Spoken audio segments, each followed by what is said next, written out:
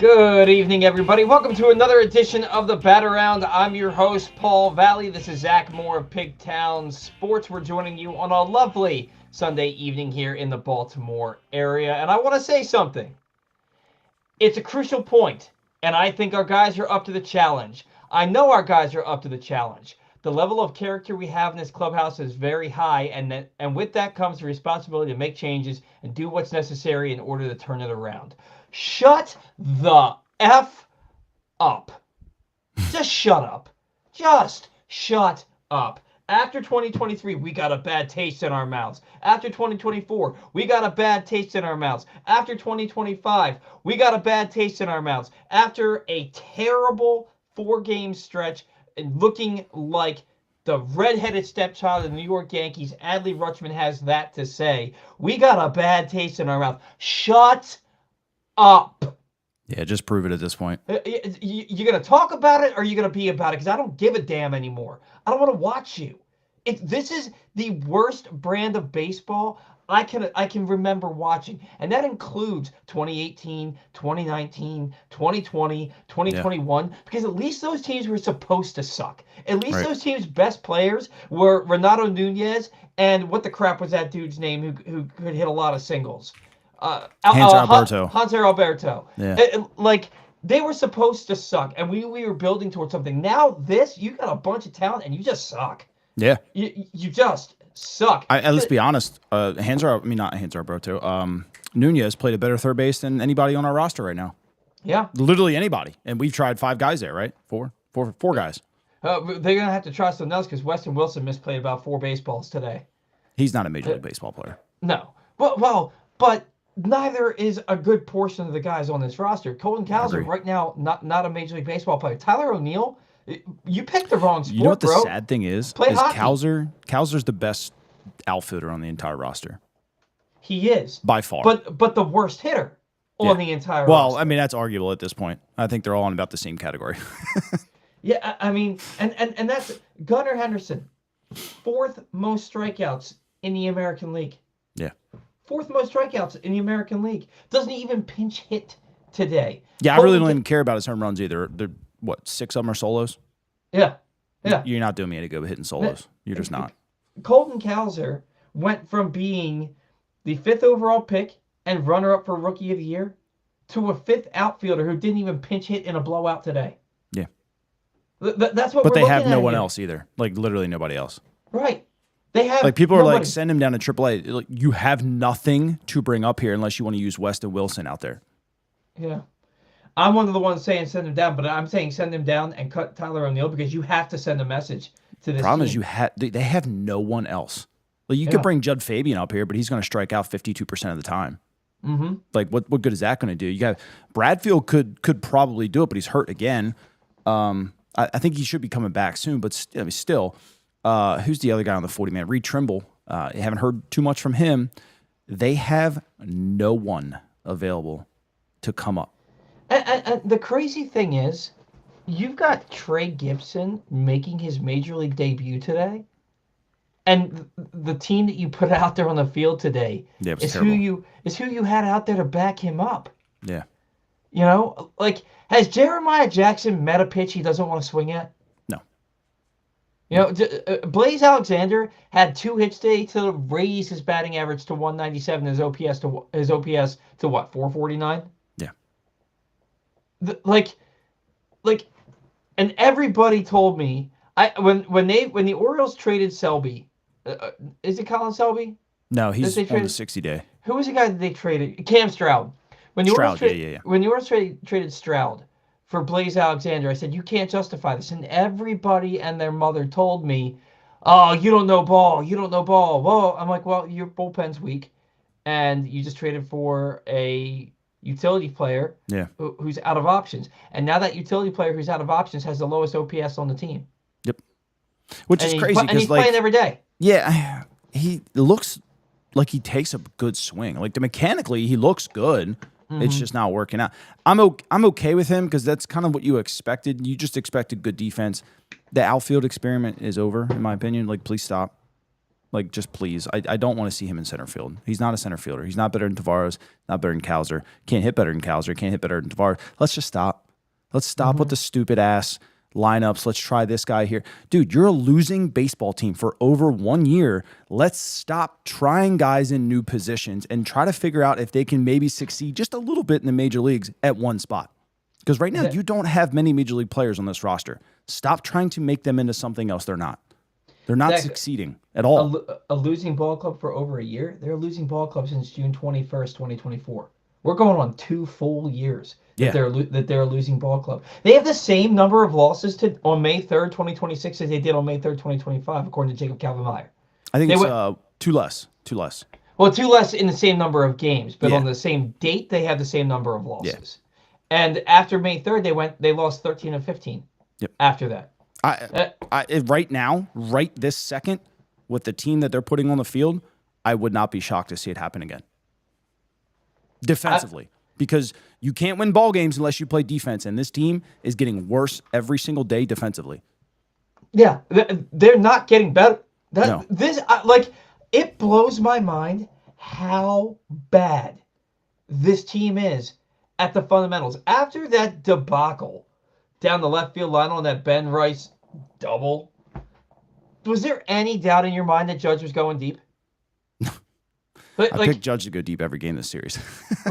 He hadn't gone. I was talking to my buddy. At Independent Brewery earlier today, and he was like, Judge is going deep today. I was like, he's gonna homer twice. He didn't homer twice, but literally, my father-in-law, my mother-in-law came over. My stepmother-in-law came over to hang out with my daughter today. We were all hanging out in the living room, and Rice gets on that bloop double, and I said, Judge is about to go deep here. I was like, he's hitting his ball out of the ballpark. And sure enough, 2 pitches later, he did just that. And here's the thing. If Gunnar was playing shortstop today, Gunnar got the full day off. Gunnar would have been in there. I don't know if he would have made that play, but he would have been in on that play. Yeah. Where in the hell was Blaze Alexander on that? Why is the same place Gunnar was the day before, trying to do a double cut relay on a double? Yeah. It's just bad. My buddy just texted me here, and shout out to my buddy Alex. We talk a lot of good baseball. He said all the errors are made in basically 3 positions. And I'm going to guess here, but I'm going to kind of lump it a little bit together. Think about it. Third base, a ton of errors. Second base, a ton of errors. Both backup position players right now. And anywhere you put Dylan Beavers on the field. You knew you were going to get some errors kind of out of Taylor Ward a little bit. He's not the best defensive guy. I think we're all okay with that. I think more people expected things out of Dylan Beavers, and the fact that you keep trying to shove him into center field when he's not a good outfielder at all, and then he's not very good in right field either. If you're not good in right field, what makes you think you're going to be good in center? Just because you're fast? Yeah. I don't get it, but he makes a good point. They are coming out of 3 positions, basically, if you lump Beavers kind of into that. How do you fix that? I mean, you literally can't. 1, because you don't have anybody available other than the guys that are already here. And 2, these injuries aren't going away. Yeah. One guy might come back, another guy's going to go down. I don't know. And it's not just an Orioles thing. It's a baseball thing. It's all around baseball. Stars and good players are going down every single night. It's a baseball problem, not an Orioles problem. Could we look at our training staff? Maybe they're working out a little too hard. Maybe they're not working hard enough. I don't know. But it's a baseball problem at this point. They're not going away. And if you don't have good enough depth, and we don't, you're going to see what we have on the field right now. Today's show brought to you by Help My Gambling Problem. If you or a loved one has a gambling problem, call 1-800-GAMBLER or visit helpmygamblingproblem.org for free confidential services. Today's show also brought to you by Warnken Law. When you need results in Baltimore, you don't play small ball. If you've been hurt in the crash, call 443-RESULTS or visit warnkenlaw.com. That's 443-RESULTS or visit warnkenlaw.com. This comment. Change needs to happen fast before this starts going downhill. It started. If you make a change right now, it get worse. And I don't think a lot of people understand that just yet. Unless it's a 2-for-1er. Because if you fire Mike Elias right now, you get Sig. And I think Sig's the problem. You think Sig's the problem? I think Sig's the problem. So if you fire Mike, you get Sig. Unless both go, and then Matt Blood takes over, I think I may be okay with that. It's not getting any better this year. So there's no point in firing Michael Elias right now.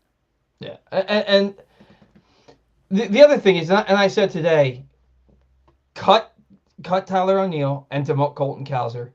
Send a message that this type of play is not acceptable. And somebody was like, "What did Cowser do?" And it's like, well, Yeah, the fact and the fact that Cowser is unplayable against a lefty and forces you to put Tyler O'Neill in right field, who, by the way, is hitting like 141 as an Oriole against left-handed pitching. That's what he did. He's so bad that Tyler O'Neill has to play right field for you today.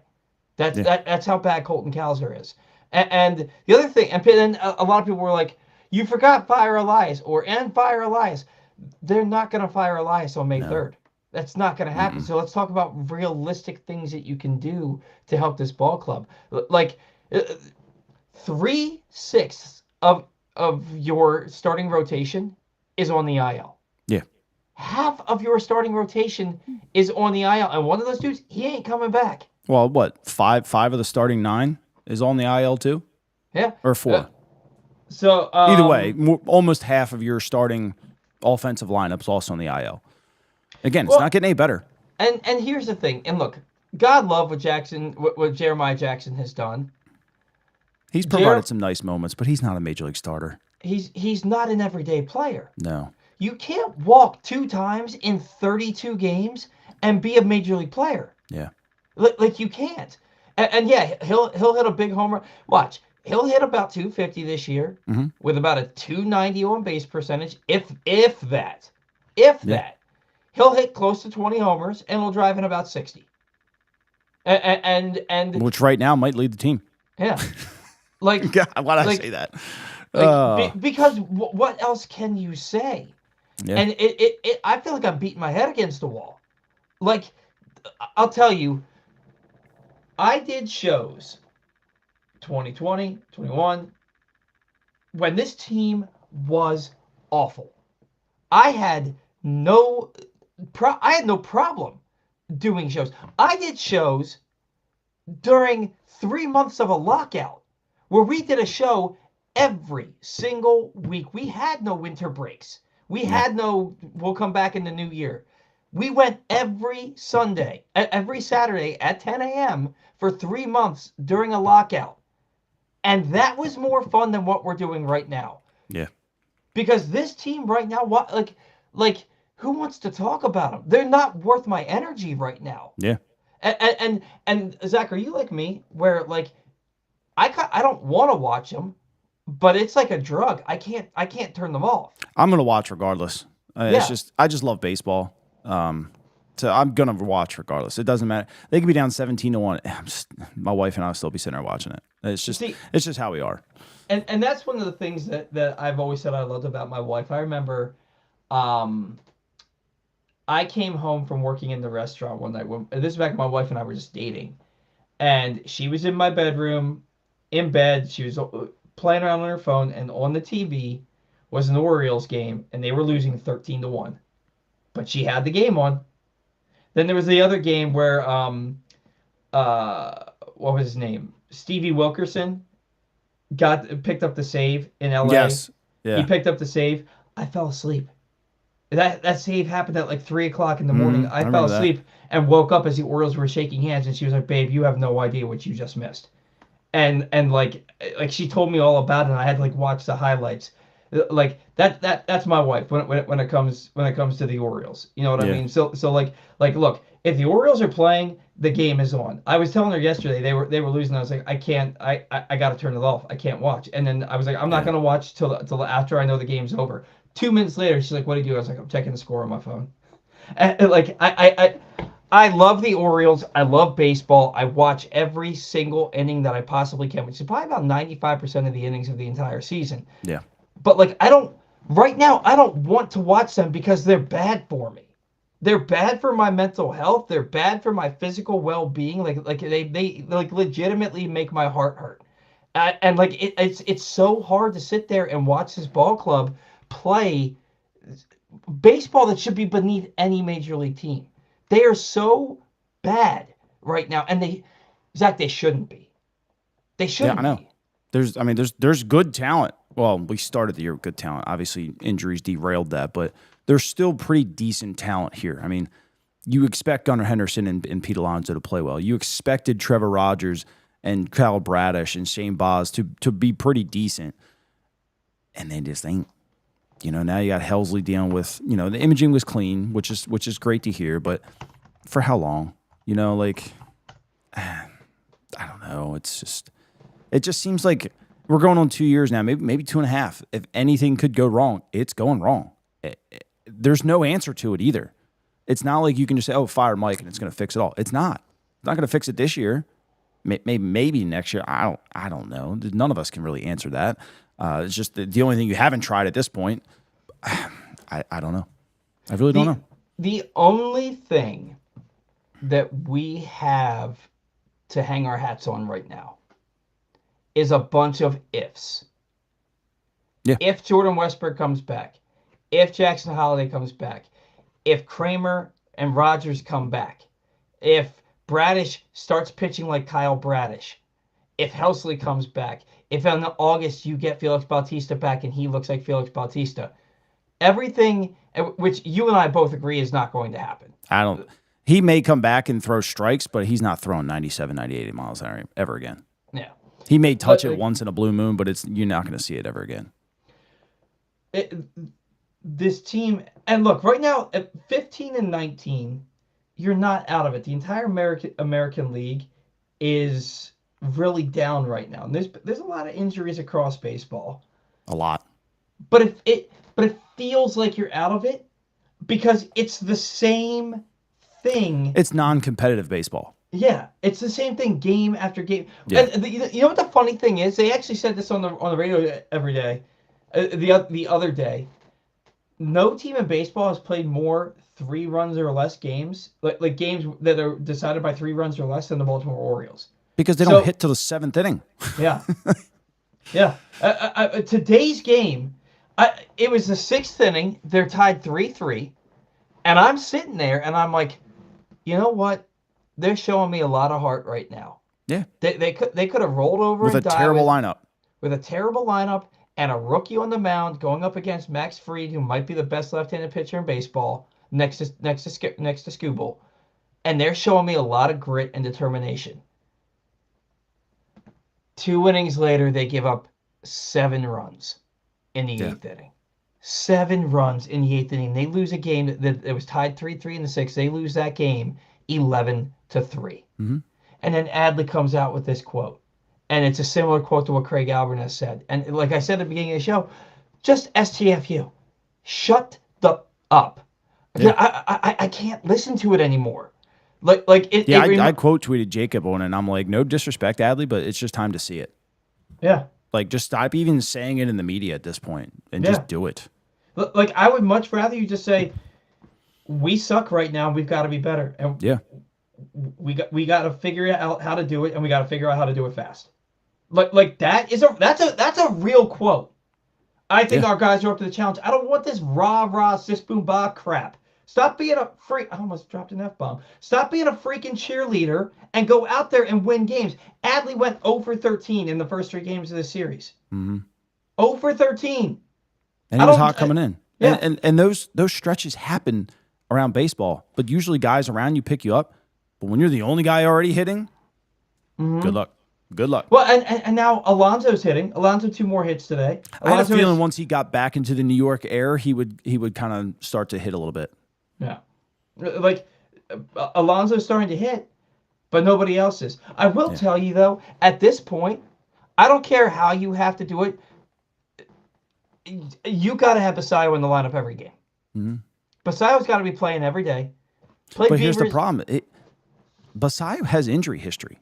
Like, he started the last 2 seasons in a row hurt, where he had to DH. Like, if you play this kid every day, he is going to get hurt. It's just the nature of the beast. Like, I think his body, especially at his age right now, is probably not even fully developed yet, and you're gonna hurt him because it's gonna break down.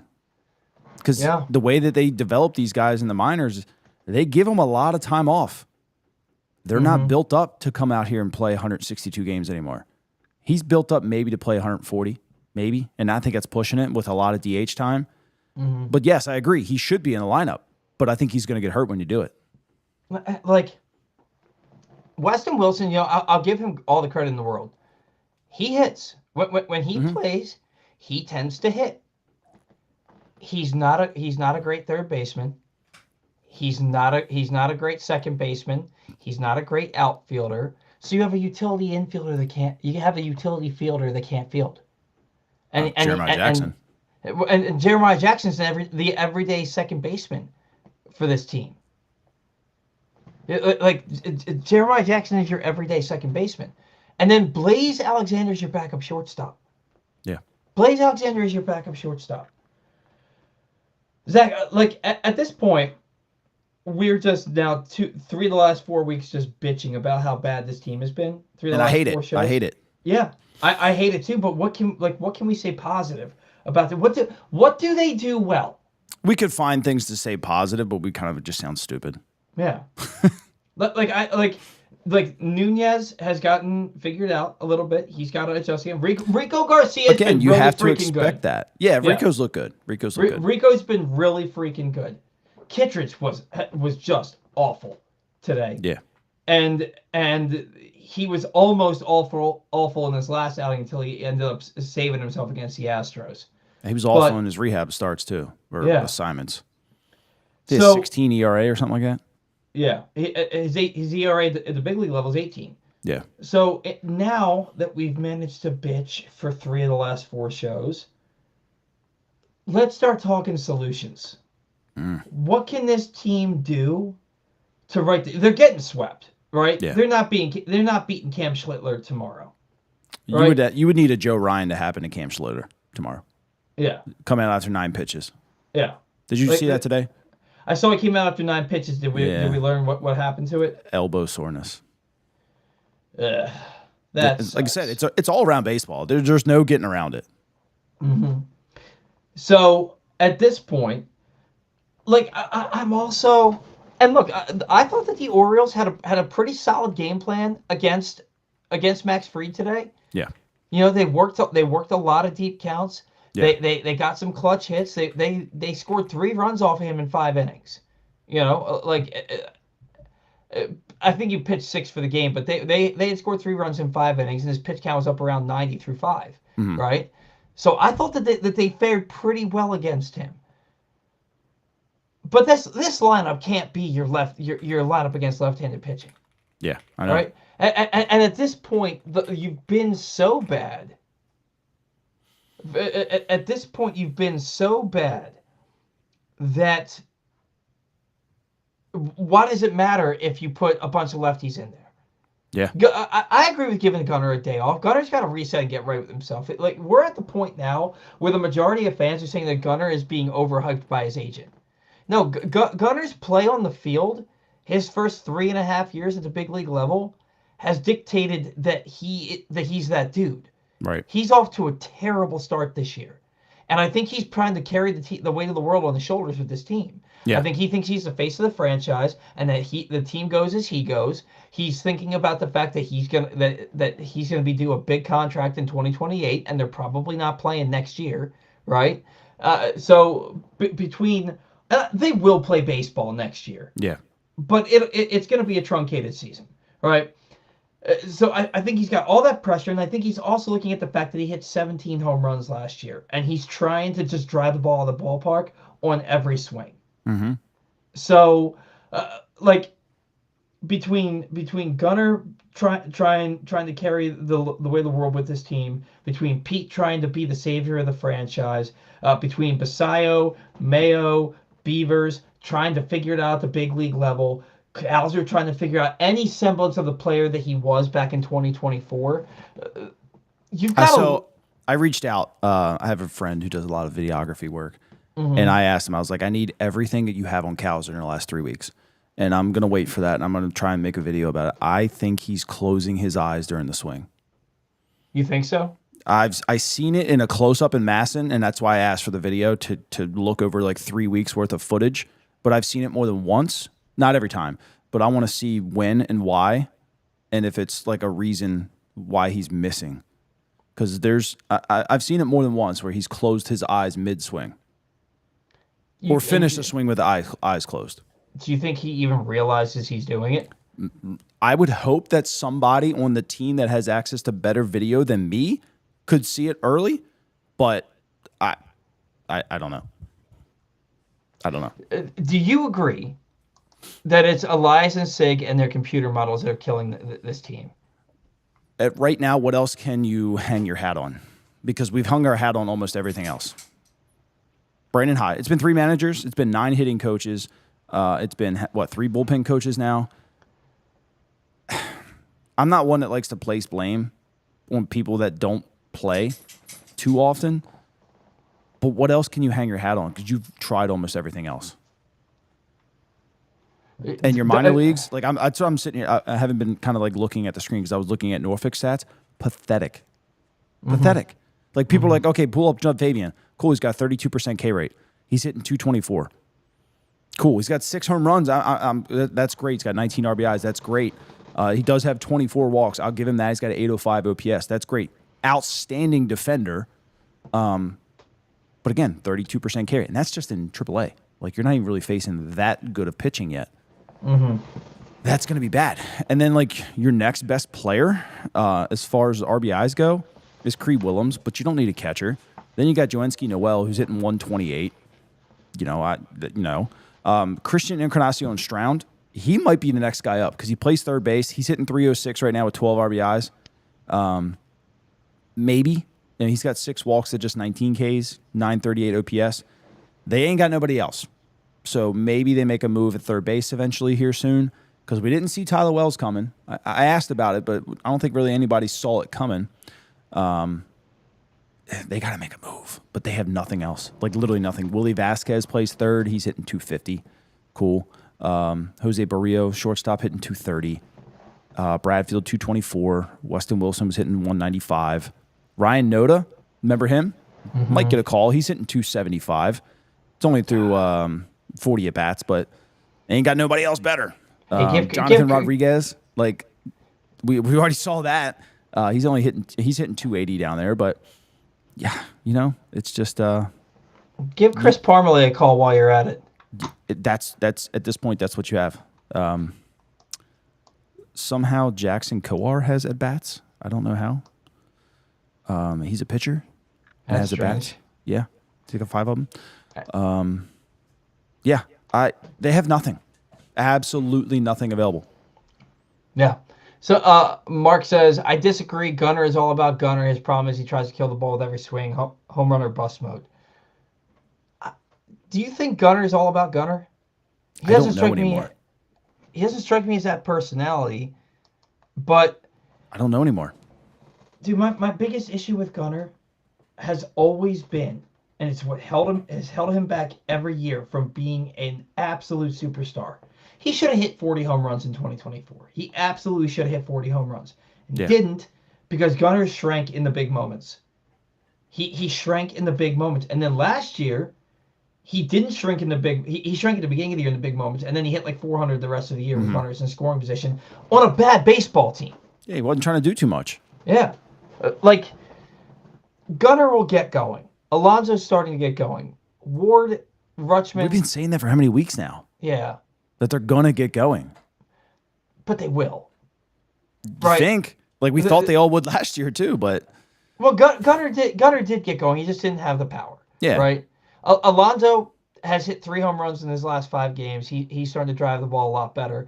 Ward takes great at-bats every at-bat. Rutschman, he's in a slump. Slumps happen. They've got 5 really good hitters right now. Yeah. And then they've got a bunch of backups. Right.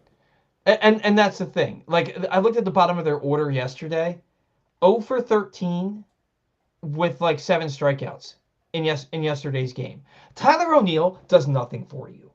Tyler O'Neill should be hitting 30 home runs a year for this ball club, and he's got 1 extra base hit. And it's the home run that he hit in Game 3 of the opening series of the season. On a 3-0 count. Yeah. Which you knew was coming. He does nothing. What does Tyler O'Neill do for this ball club? They were, and it's so funny listening to Kevin and Ben try and paint a pretty picture on TV. What else can these guys do, really, but try and spin it somehow? And they were like, O'Neill has been taking better at bats, 3 walks in his last 2 games. He's not here for that. Yeah. He's here to match lefties, and he can barely touch lefties. And he's here to hit home runs, and he's got 10 in 69 games over a season and a tenth. But like I just said, if you get rid of him, you either get Jonathan Rodriguez or Ryan Noda here, or Weston Wilson. You got to pick your poison. It's like we talked about trying to find a solution. I don't think there's solutions. You don't. I mean, Weston takes okay at bats once in a while, but I mean, he's probably just as bad in the outfield. You don't think they can make trades at this point to bring in an outfielder from a bad team? Why would you? You're a bad team. Why should you give up capital to bring in another guy and still maybe be a bad team? Yeah. Like, cool, you address maybe one position. You still have this pitching staff. You still have these injuries. And the injuries are going to still happen. You're likely looking at a losing season this year. Unless they literally turn it around in the next 2 weeks. Why should you give up capital? Yeah. You got to do something that literally the players need to do something to tell Mike that, yes, bring something in to help us out. But if you go out there and play dead baseball every night, play terrible defense every single night, why should Mike bring somebody in? Like, how can they not start playing better defensive baseball? That's what I don't understand. Like, you bring in this world-class coaching staff, and you still can't catch the baseball with regularity? You still don't know where... Gunnar doesn't know to be at second base on a ball hit in the gap by Bellinger in Game 1? Yeah. Like, Trent Grisham and Jazz Chisholm are below average Major League hitters. They are garbage. And they're beating you. Mm-hmm. They're beating you. Trent Grisham came into the series hitting 195. He's got 2 home runs this series, I think. Yeah. Like,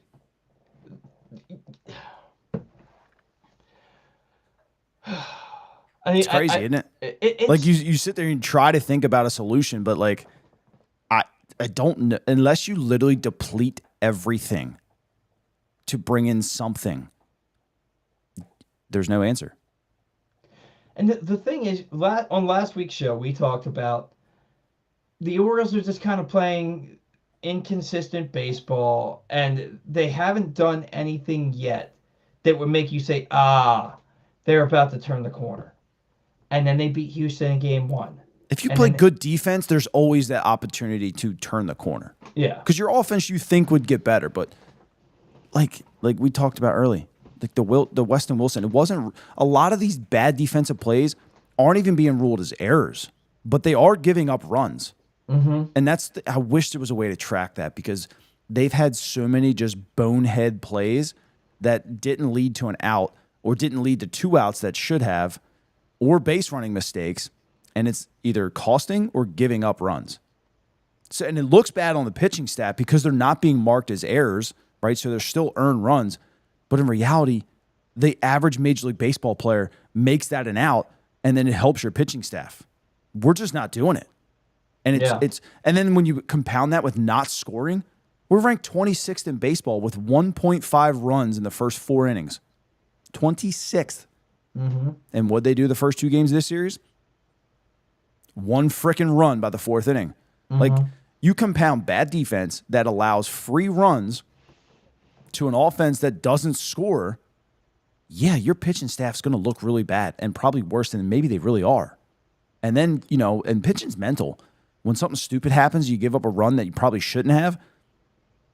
Should they be able to rein it in? Yeah, you should. But let's be honest here. These are human beings. We all would probably do the same mistakes. It happens sometimes. And eventually you're going to be like, oh, shit, here we go again. That's why I don't totally blame the pitching staff just yet, because the defense has been that pathetic. Like, Kyle Bradish a lot of times has given up runs that probably shouldn't have been given up. And at that point, if you're already struggling to command and now you're in your own head like, God, I can't even give up a hit right now. I can't even let up a ball and play because God knows what's going to happen. Everything just sits there and just starts snowballing. Well, and Brandon Young, in Game 2 of that doubleheader, gives up 5 runs in the first inning. But Jeremiah Jackson, this is one of those plays where it doesn't go down as an error, but it costs them. Right. They should have been out of that inning with no runs, Because all Jeremiah has to do is turn a routine double play, but instead he tries to tag the runner and he can't get the double play. They score 5 runs with 2 outs in that inning. Yeah. That's not an error. You can't assume the double play. Right. But it's a mental error. Yep. And Brandon Young's ERA had to suffer from it. Mm-hmm. Here's the other thing, man. One of the reasons I started to think that they were turning the corner against Houston is because they had that come to Jesus talk with the starting rotation. And they pitch well. And Baz and Bassett went out there in those first 2 games and absolutely shoved. But they also had shoved. acceptable defense too. Yeah. But then what happens after that? Brandon Young gives you 6 runs in 4 innings. Cade Povich gives you 5 runs in 4 innings. Kyle Bradish gives you 5 runs in 4 innings. Trey Gibson gives you 3 runs in 4 2/3 innings. And look, Trey Gibson serves himself well today. It was a good major league debut in a really tough environment. You're making your major league debut in Yankee Stadium against Aaron Judge. Mm-hmm. Okay, like that's tough, and he held his own. But when you look at the fact that the previous 3 starters had given you 12 combined innings and like 15 runs in those 12 innings, this sounds bad, but you needed Gibson to get deeper than he got today. They probably could. He's only 87 pitches. Yeah, but I also understand taking him out because look, he kept the Orioles in the game and put himself in good position, and you want to get him out of there with confidence, feeling confident right there. Why didn't you get Brandon Young out earlier then? Because Brandon Young's been here, and I don't think that they look at Brandon Young the same way they look at Trey Gibson. I mean, I fully agree with that, but it's like, I don't know, just push him. Push him. Like, cool, you bring him out at 4 2/3, like great. Like confidence is still fairly high, but imagine if he got through that inning. Then what does his confidence do? Could skyrocket. Yeah. Could kill him too, right? But that's life, right? Sometimes you just got to flip a coin. But who knows? Who knows? He was throwing the ball over the plate well. Mm-hmm. Curveball looked really good, in my opinion. Mm-hmm. I don't know. Except that he hung to Judge and Rice. Right, but look, professional hitters right there. Yeah. Ben Rice is one of the best hitters in baseball, and he still is not getting the credit for it. And Judge obviously is the best hitter in baseball. Maybe you can argue Artani. But, I mean, hey, a rookie made two mistakes. I don't care. I don't care. What I would love, how do you feel? And maybe I can already hear you saying, I don't care. Thinking about the fact that Ben Rice is a 12th round pick, never a top 100 prospect, and he's one of the best hitters in baseball right now. Mm-hmm. The Orioles had the number 1 overall prospect in baseball 3 years in a row. Haven't they had 20 top 100 players? Something like that. Yeah. Something like that. And Ben Rice is better than all of them. Yep. Like, Ben Rice, last year, his season put every Orioles season last season to shame. Ben Rice wasn't supposed to make the major leagues at all. I think he got there by accident because somebody got hurt. But he took an opportunity and ran with it. And I said this to Jacob Calvin-Meyer earlier on Twitter before the show started. We haven't had anybody take an opportunity by the horns at all. Blaze had a chance. Mayo had a chance. Jeremiah Jackson's kind of had a chance. Beavers had a huge chance. Cowser too. No one has risen up to this occasion whatsoever. Is this what's happening? That I thought Wells got sent down because they needed another arm. Yeah, he's not going in the start rotation. Yeah. I don't think that that's the case unless somebody actually said something along those lines. Somebody that Craig already announced that he's not. He's just going down. Yeah. Let's see. Well, today's show brought to you by Glenn Clark Radio. If you missed anything from Glenn Clark Radio this week, including conversations with Ravens draft pick Chandler Rivers and Matt Hibner, Orioles prospects Judd Fabian and Ethan Anderson, and Hall of Famer Rob Woodson, you can find them in the Glenn Clark Radio Week in Review feature at PressBoxOnline.com. And as always, watch or listen to GCR every Monday through Thursday right here on PressBox's Facebook and YouTube pages. So again, we're not going to be like, if we were able to solve what's ailing the Orioles right now, we wouldn't be sitting here. Yeah, we wouldn't be sitting here. We'd be sitting in big ass offices in the warehouse right now, right? Yeah. But you're not, Lord willing, you're not going to be sitting here with Weston Wilson playing third base, Blaze Alexander playing shortstop, and Jeremiah Jackson playing second base, and Kobe Mayo playing first. That was your infield today. Yeah. Was Kobe Mayo, Jeremiah Jackson, Blaze Alexander, and But that's not the first time they've done shit like this. Yeah. And you wonder why your defense is bad. Yeah. Stop moving people around. Just play guys at their position every day. Yeah. Every day.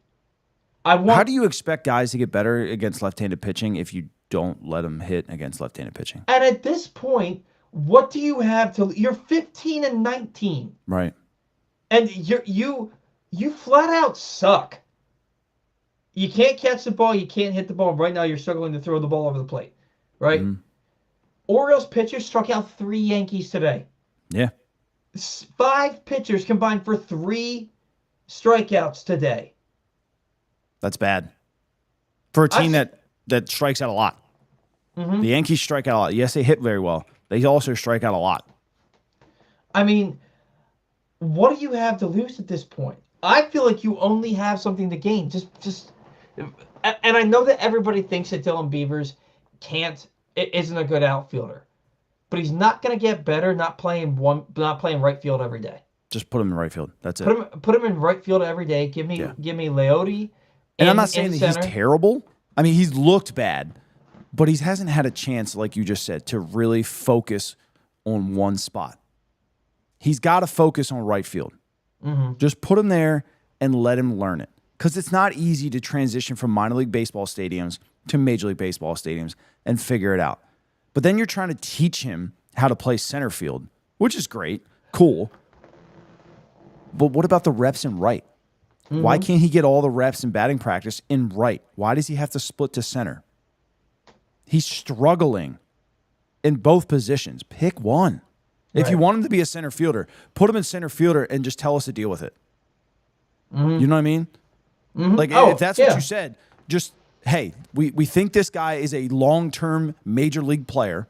We're going to put him in center field for a full season and see what he can do. I don't think any one of us would complain because we know the bumps and bruises are coming, but we want to see some progress. Not this flip-flapping back and forth stuff. It's not going to work for him. Quite frankly, it hasn't worked for anybody on this roster because they do it all the time in the minor leagues. Your catchers are always at first base.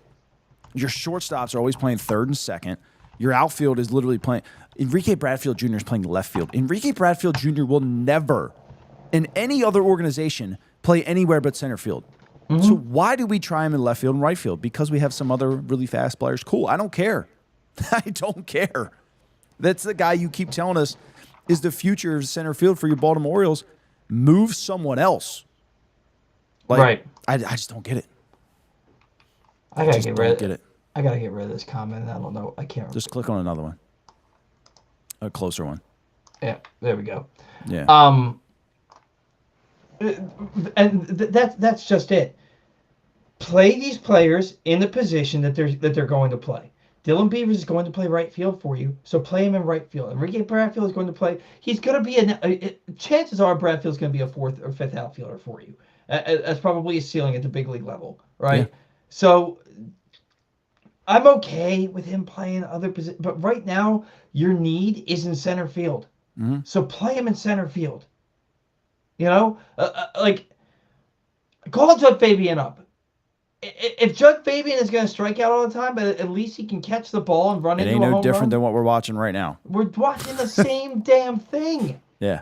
But he will solidify defense, and then you can put Tavares in right field. Mm-hmm. Like, catch the baseball. Because here's the thing.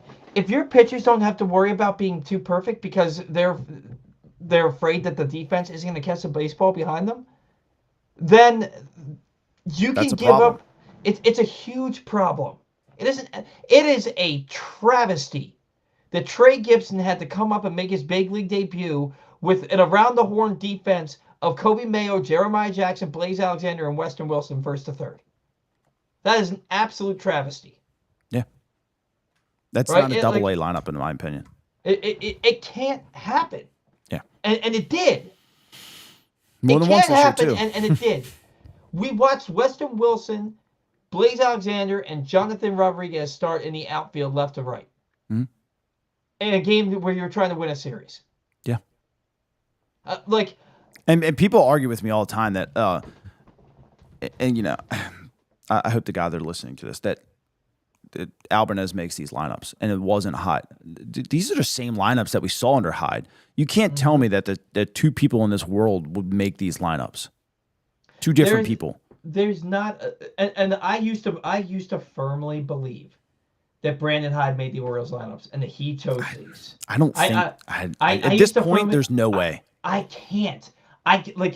If I'm sitting here and I am the biggest Hyde hater that's ever existed, if I am sitting here and I'm saying there's no chance that two managers did this. No. Three. Mansolino didn't do it either. There's no way. There's no chance that you've had three managers and they all did it. Yeah. It's coming from the top. It's 100%.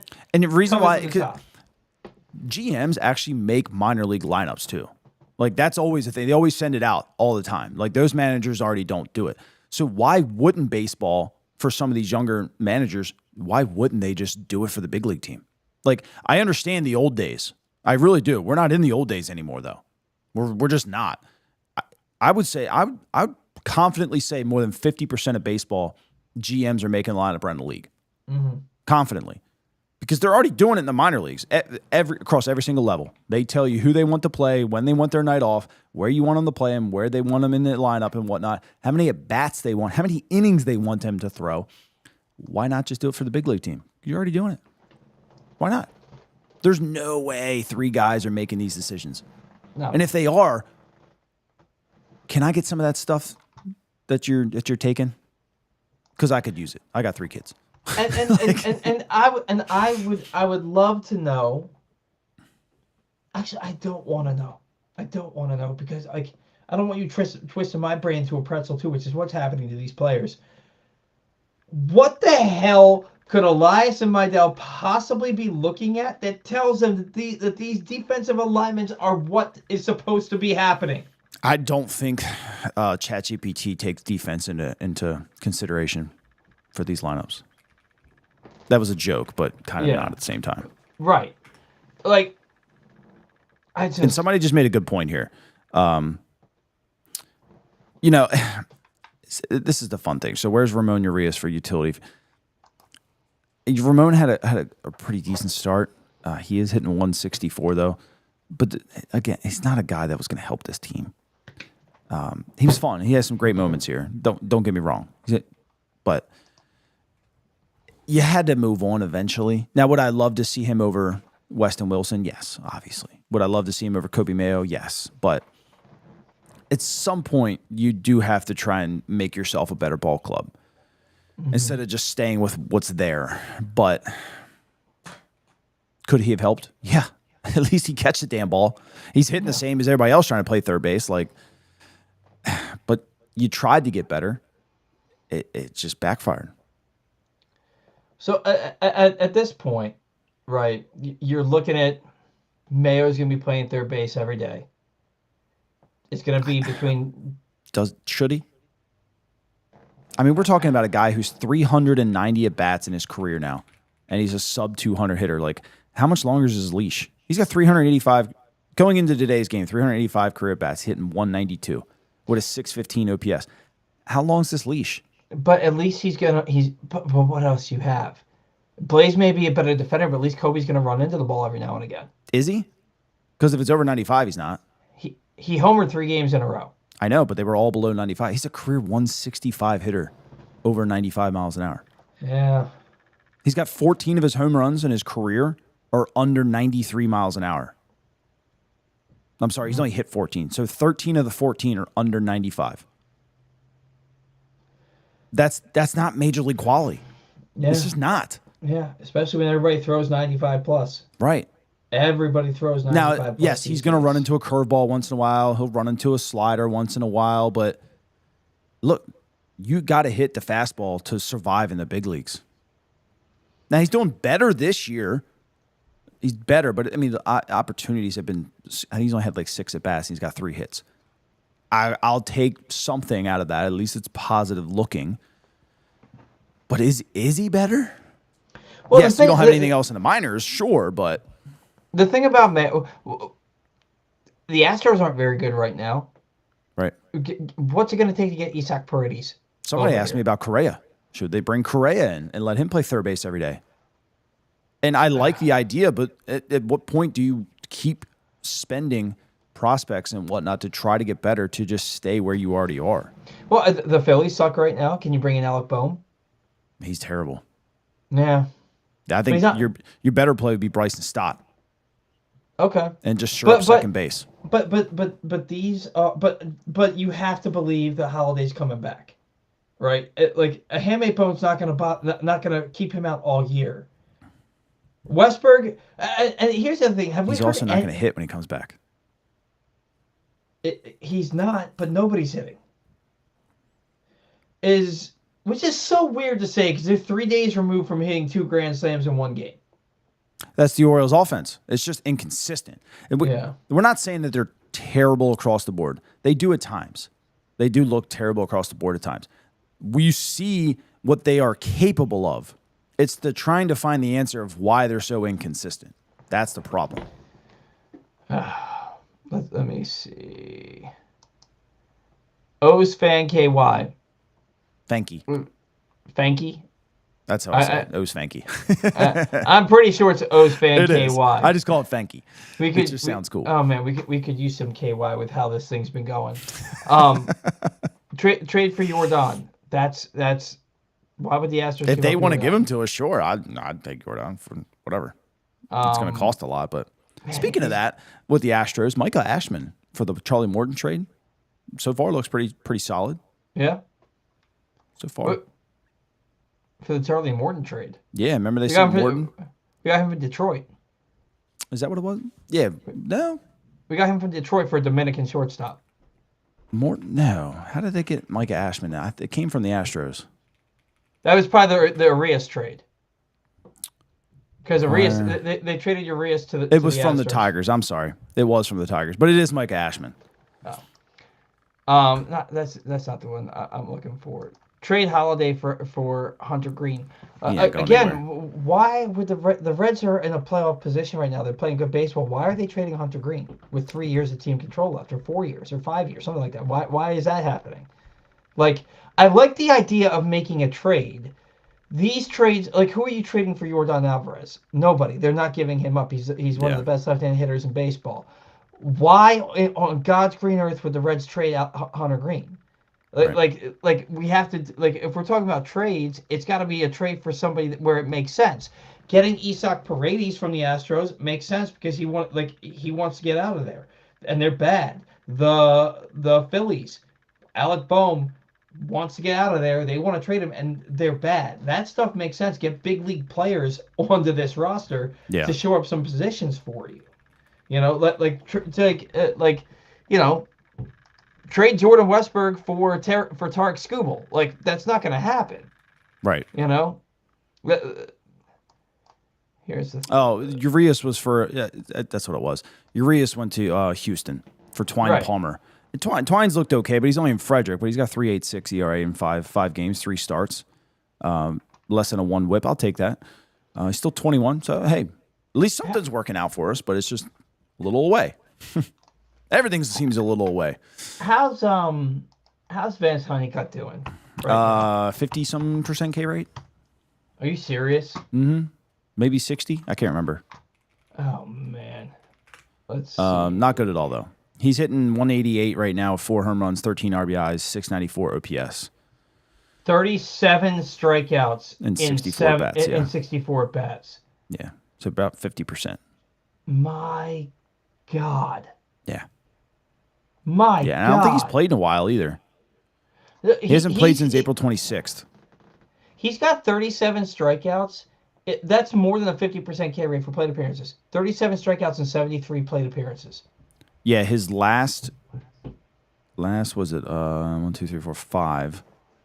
Oh Jesus, he struck out. He's only not struck out 1 time this year, and that was April 7th. He's only not striking out one time in just 3 games this year, and one of them was just one at bat. So he's striking out more than two times a game. And he only has, 8 walks on the year? Yeah, not very good. Yeah, 8 walks. 8 stolen bases. Hasn't been caught once. They must be pinch runners. Golly, man. Yeah. That's what I'm saying. Like, there's nothing. They drafted they're back-to-back first-round picks. Enrique Bradfield and Vance Honeycutt. Well, you also took R.J. Austin, too, remember? He was like a third-rounder. Outfielder as well. He's hitting 255 in Frederick. 2 home runs, 7 RBIs.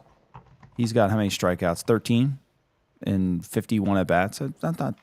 Not great, but not terrible. But yeah, 5 stolen bases. He's okay.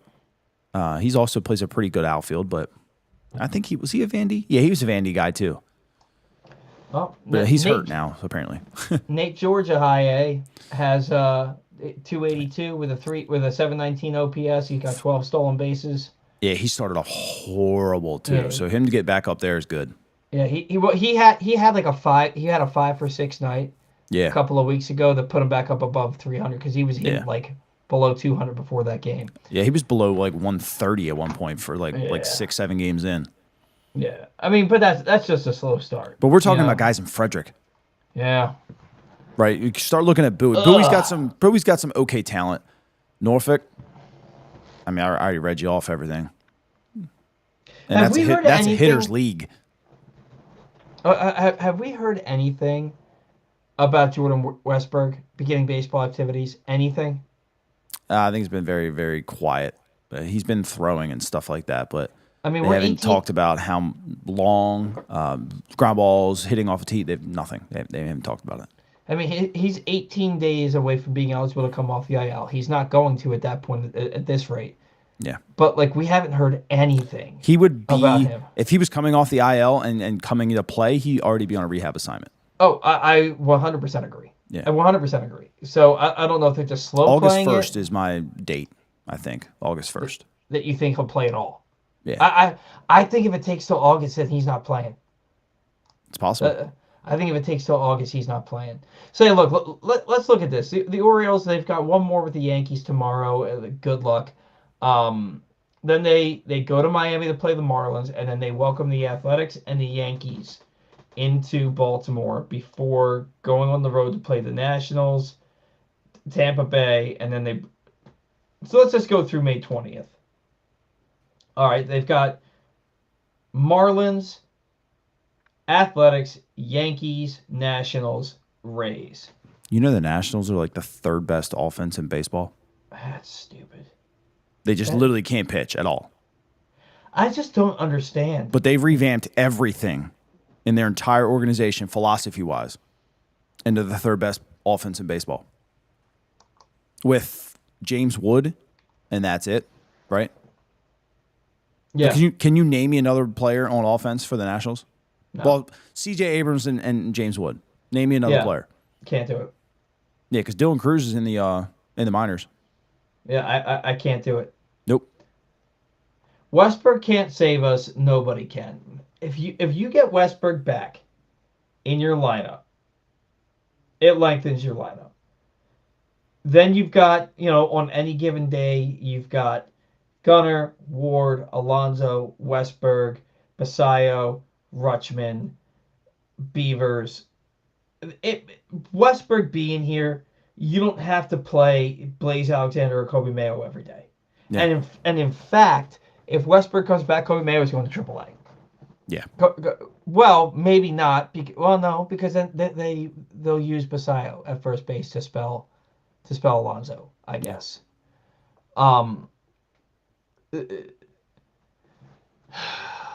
No, this isn't happening.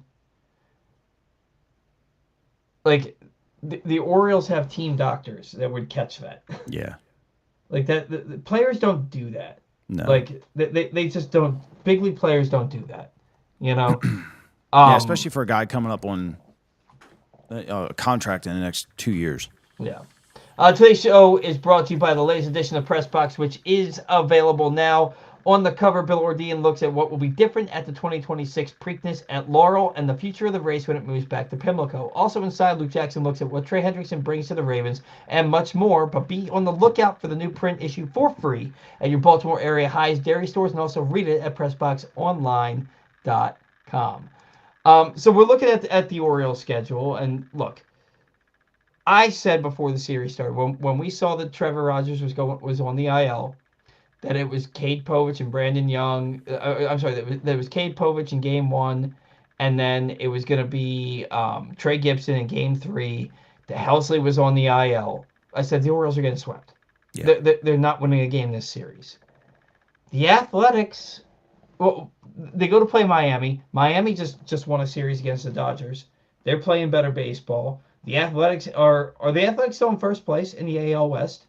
No, I think they finally came back down to earth.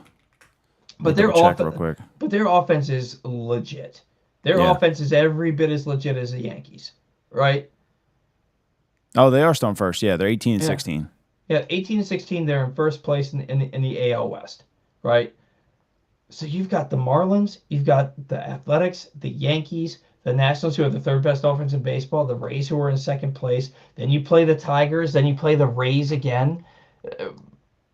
Then you go to the Blue Jays. Then you play the Red Sox. By the end of May, what is realistic for this team? By the end of May, they're about to be 15 and 20 after tomorrow. They might win 5 more games. Playing defense like this against those lineups with that pitching staff, they're gonna have to hit. But we said that at the beginning of this year, though. The pitching was okay enough if you hit, and they're not hitting. Pitching was okay enough to get you to the deadline with a winning record if they hit. Meaning that if they gave up 3 runs as a starter through 5, it wasn't a big deal because you should score 5. Almost every night. They're barely scoring 3. Well, they're scoring 4.5, but you look at what they do against starting pitching. They're barely scoring 3. Well, and the other thing is, like they had 6 home runs and 20 hits against the Red Sox in that first game of that series. And then lost the series. But they scored 10 runs. With 6 home runs and 20 hits, they scored 10 runs. Then they had 6 hits in Game 1 of that doubleheader against the Astros, and they scored 10 runs because 2 of them were grand slams. Yeah. So this team will score runs in bunches. They'll score 10 here, 10 there, and then they lose a game 11-3. Yeah. Or they lose a game 7-2, right? Like, or they lose a game 3-2. You know, like they're just wildly inconsistent. They're also really top heavy. But there's nobody that you bat in the top 5 that you're going to move down into the bottom 4. Yeah. You can't do it. You can't justify it, right? But like, I don't know. I would love to see this team play more small ball. I would love this. Like every time Blaze gets up there, I'm like, can you just try to bunt like one time? He did feign a bunt today and it went foul. But I'm like, can somebody just try and lay one down to try and get on base? Yeah. You know, and can Jeremiah Jackson had a 3-0 count today. And they're like, Jeremiah Jackson is 1 pitch away from his 3rd walk of the year. I'm like, no, he's not. He's going to get a strike here. Then he's going to foul one off, and then he's going to strike out. And that is exactly what happened. Yep. That's exactly what happened. Like, I wish we had 4 guys in this lineup that took at bats like Taylor Ward. Yeah. God. Or at least like the old school Justin Pedroia.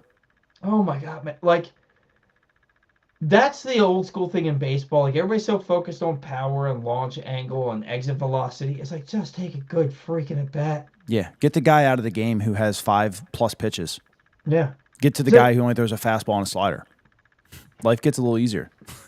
just take a good at bat, man. That's all you have to do. Yep. Is like, don't swing out of your shoes and wait for your pitch. And if you don't get it, foul off some pitches till at the big league level. There's not guys that are really, and this sounds kind of contradictory to what we always say, but if you're a big league player, the majority of guys aren't going to throw the ball by you.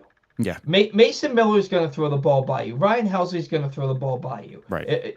But like the majority of the guys, they probably sit mid to upper 90s. The average big league pitcher probably sits mid to upper 90s. He's not throwing the ball by you, so foul something off till you get you to. And that's so much easier said than done for me to sit here and say that. You played pro ball, so you know that it's not quite as easy as I'm making it sound. But if you're a big league player and you're not getting your pitch, just do what you can to flick something foul. You don't have to go for broke on every swing. Yeah. Like just shorten up and do what you can. But it's like that's the thing. I am so old school when it comes to baseball. I believe in bunting. I believe in hit and runs. I believe in stealing bases. I believe in sacrifice flies. Those things win you ball games. Yeah. The reason I didn't want the Orioles to extend Mark Trumbo after his 47 homer season was because he hit 47 home runs, but he had a 307 on base percentage and he had no sac flies. Yeah. I want get on base and do the little things well. Yep. But the Orioles don't do the little things well. Exactly. And the little things then become big things because you can't do them well. Mm-hmm. Yep. Yeah, I'm actually sitting here and I'm kind of like pulling up all the stats. And I'm laughing here because I'm just going by OPS from all of our levels, basically. All of them across the board. The only guys that are hitting. We'll start with Frederick, a first baseman. Victor Figueroa. We got him in a trade from the Padres. 7 home runs, 17 RBIs, 1,000 OPS. First baseman. All right, not helping us at all. Ike Irish has been moved to first base full time. Well, at least he's listed as a first baseman. I think he's been playing a little bit of outfield too. But 987 OPS, again, first baseman, if that's where he's playing, doesn't help you. Is he playing? Where is he playing? Is he in Frederick or is he in Chesapeake? Frederick right now, which he shouldn't be because he just played college that was better than half of these guys. But that's where he's at. Frederick's high A, and it's his first full season. That's who I would expect him to be. Yeah. So he's played 8 games at first, 5 in left, 7 in right, DH twice. Again, you're creating a guy who's not going to be very good at any one of those positions. But either way, right now at first base, a position that doesn't help you. Next guy, Colin Tuft, 808 OPS. He's a catcher. Again, don't really need that. Go up to Bowie, 995 OPS, a first baseman on Anderson de los Santos. You don't need that. Frederick Bencosme used to be an infielder. They converted to left field, 811 OPS. That's good to see because at least you finally got an outfielder doing something. Brandon Butterworth is the next guy, and then Ethan Anderson, who's a catcher, Maverick Hanley, who's a catcher. Again, you're looking at 6, 7 guys already out of 8 that you don't need the position for. And then you go to Norfolk. The best OPS right now is a third baseman. It's just Christian Encarnacion Stroud, which is good because you need a third baseman. After that, Ryan Noda. You don't need Ryan Noda at all. Judd Fabian, you could use that. And then Creed Williams, which is a catcher. You don't need that. So the only guys even hitting, you don't need, 75% of them? Mm-hmm. Mm-hmm. The hell are we going to do? If this offense is going to get better, it's got to come from the guys that are already here, and it's going to come through first basemen and catchers, or they're going to have to make a trade. Yeah. They're going to have to make a trade. But I want to know, realistically, is David Rubenstein even paying attention? Yeah, I think so. You think so? Yeah. You think these guys don't get where they are in life by just throwing money away and then just walking away and not paying attention. So you think that he's sitting there? Oh yeah. Watching this team play this poorly. Mm-hmm. Eating him up. So it might not be eating him up yet until he starts seeing the quarterly reports and he starts seeing that maybe equal to or less than last year. Then he's gonna start getting a little pissed off. You could only fudge things around and talk around yourself so often until numbers start coming out. And these guys are numbers peoples. They want numbers. They want income. They want revenue. They want to see an increase, and he's not going to see it. Mm-hmm. Not going to see it. Well, and that's the thing.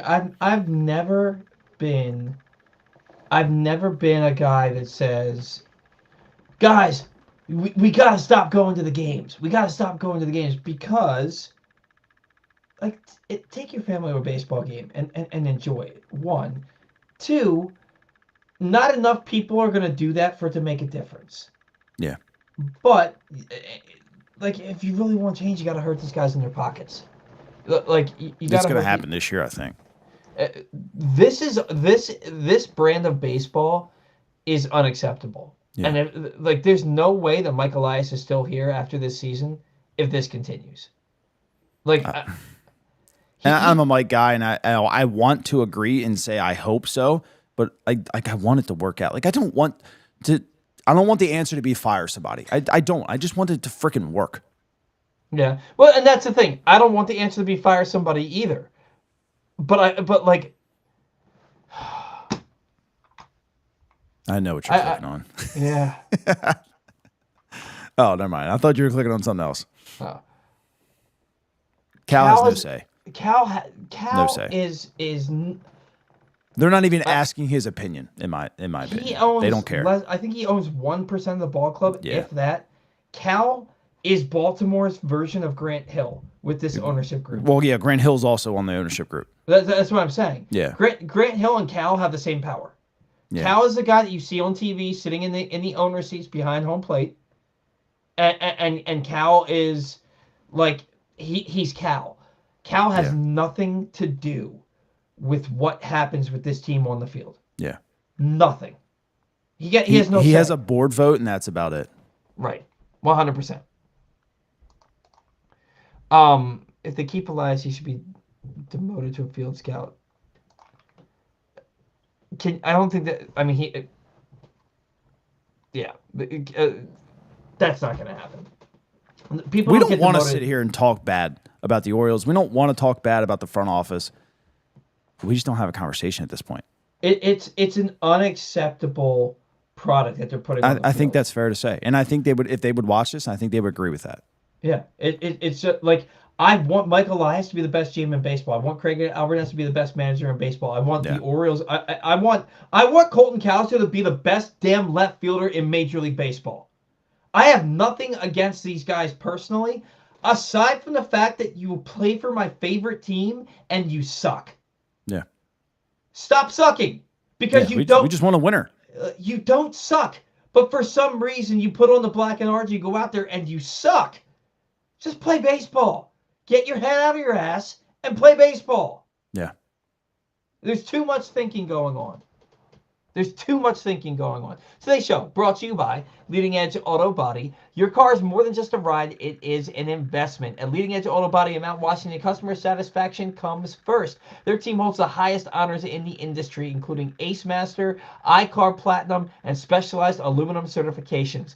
And they make it easy with free towing, pickup, and delivery. Find out more at leadingedgeautobody.com.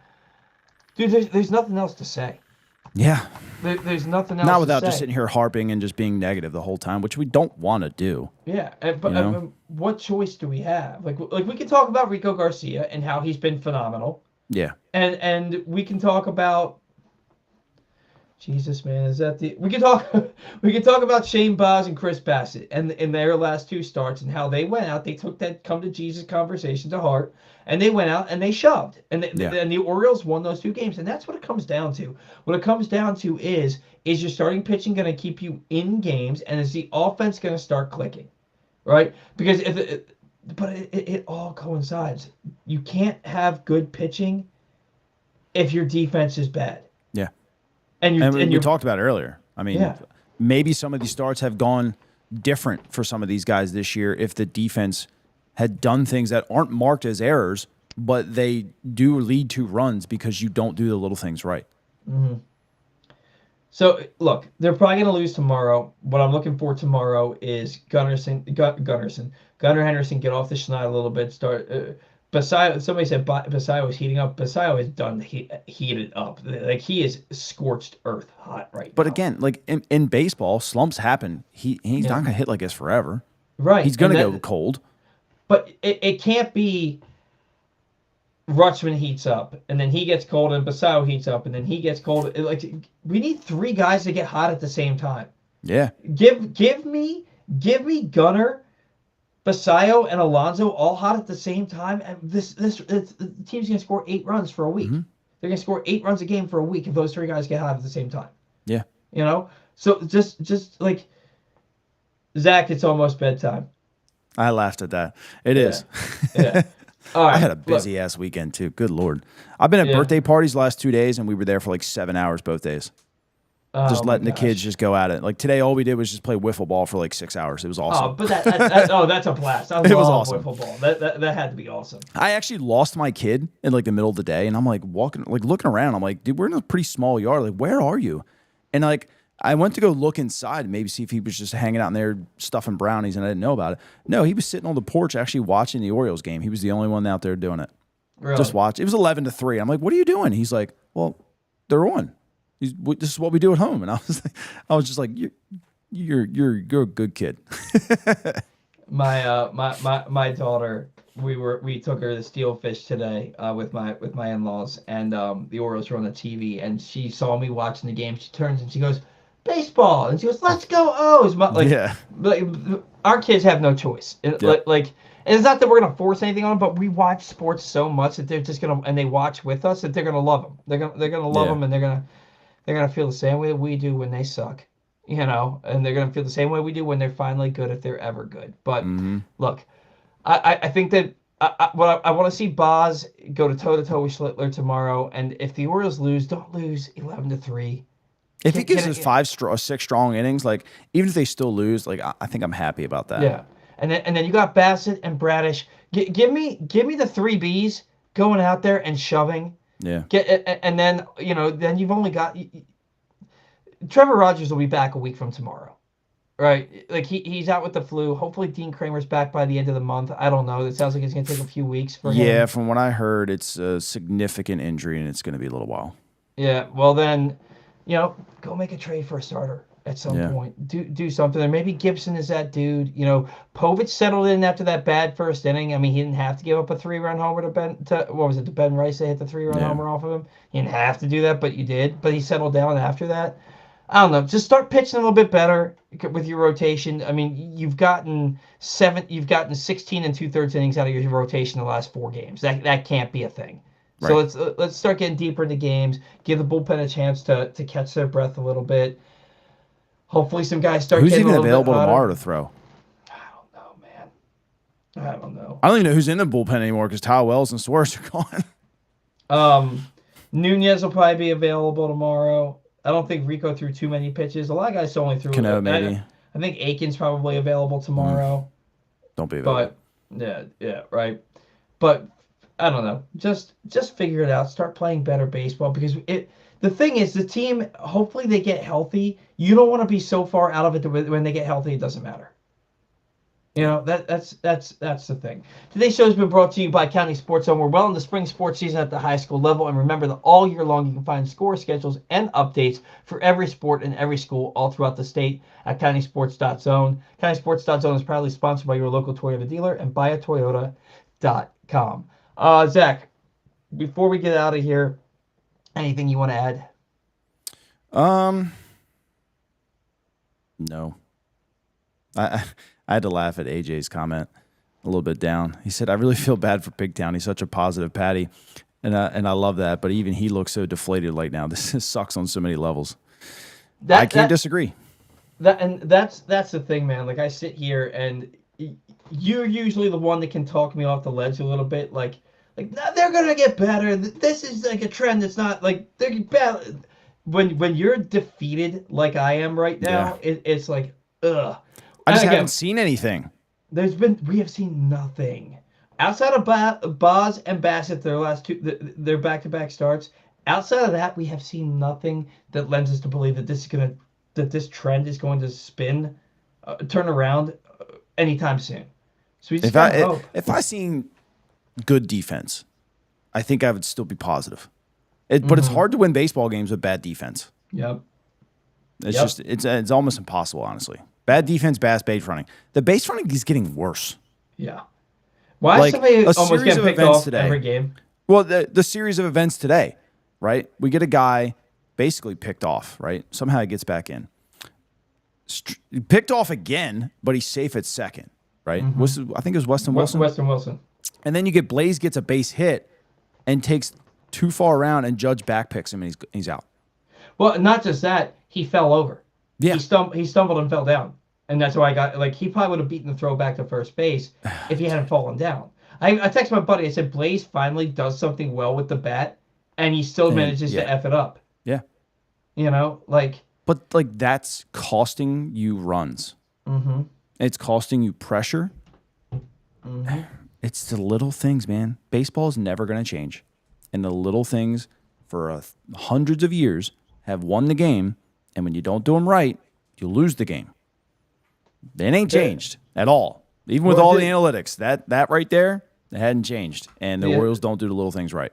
The assistant coach in Bull Durham. Baseball is a simple game. You catch the ball, you throw the ball, you hit the ball. They don't do any of that right now. Not right now. Nope. They don't do any of that right now. Guys, we're going to get out of here before we go jump off our respective roofs. Hopefully the Orioles start playing some better baseball here starting tomorrow. I'm not holding out a lot of hope. I think this team will get better, but they got to get healthy. Give us something positive to talk about next Sunday. That's what I want. Yes. Give me a good week of baseball. Please. Until next week, see ya.